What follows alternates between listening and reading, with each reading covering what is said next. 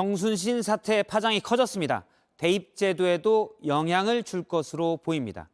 학폭 가해자인 아들의 서울대 정시 입학이 논란이 됐었죠.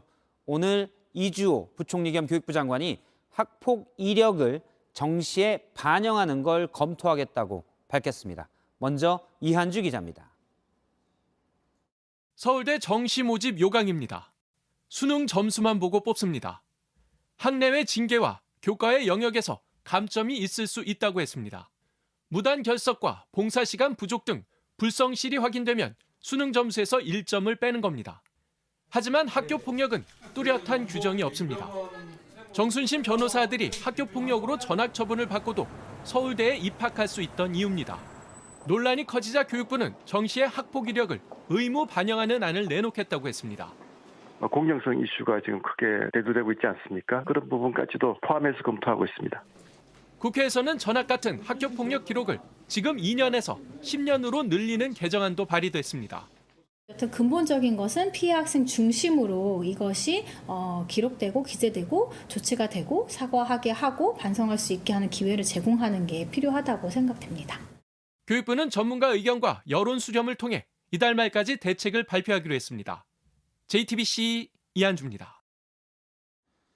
정부가 대책을 내놓겠다고 하지만 JTBC가 만난 학생들은 대부분 큰 기대를 하지 않았습니다. 사건이 터질 때마다 대책이 나왔고 관련 법도 20번 넘게 고쳤지만 학교 폭력은 계속 있었고 피해자의 억울함도 반복됐기 때문입니다. 유선희 기자입니다. 등굣길 학생들은 하나같이 고개를 저었습니다. 굳이 영향이 없을 것 같아.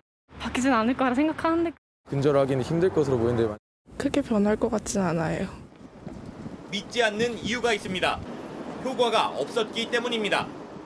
1997년 일진회 사건을 시작으로 2001년 부산 학폭 가해자 살인 사건, 2003년 구로 학폭 장기 밀매 사건이 잇따라 터진 뒤 학폭법이 제정됐습니다. 가결되었음을 선포합니다.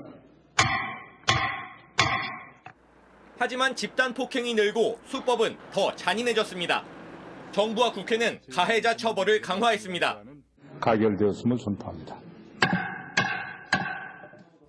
그런데 2011년 집단 괴롭힘을 당하던 중학생 권승민 군이 극단적 선택을 했습니다. 피해자인 자신을 원망하는 권 군의 유서에 전 국민이 분노했습니다. 이번엔 피해자를 보호하겠다며 법을 또 고쳤습니다. 가결되었음을 선포합니다. 새 대책을 준비하는 이주호 부총리 겸 교육부 장관은 당시에도 교육과기술부 장관이었습니다. 학교폭력 문제는 철저하게 피해자 관점에서 봐야 되는 것이고요. 이후에도 사건이 터지면 대통령이 근절을 지시하고 장관이 나서는 일이 반복됐습니다. 학교 안팎 청소년 폭력 예방 대책의 추진 현황에 대해 긴급히 점검하고 이번에도 똑같습니다. 근본적인 대책을 강구하려고 합니다. 입시의 학폭을 반영하면 가해자의 학부모가 시간을 끌면서 소송전을 벌일 가능성도 있습니다. 정교한 대책 없이는 피해자 부담만 커질 수 있습니다. 피해자에게는 별로 도움이 안 될 것 같다고. JTBC 유선입니다.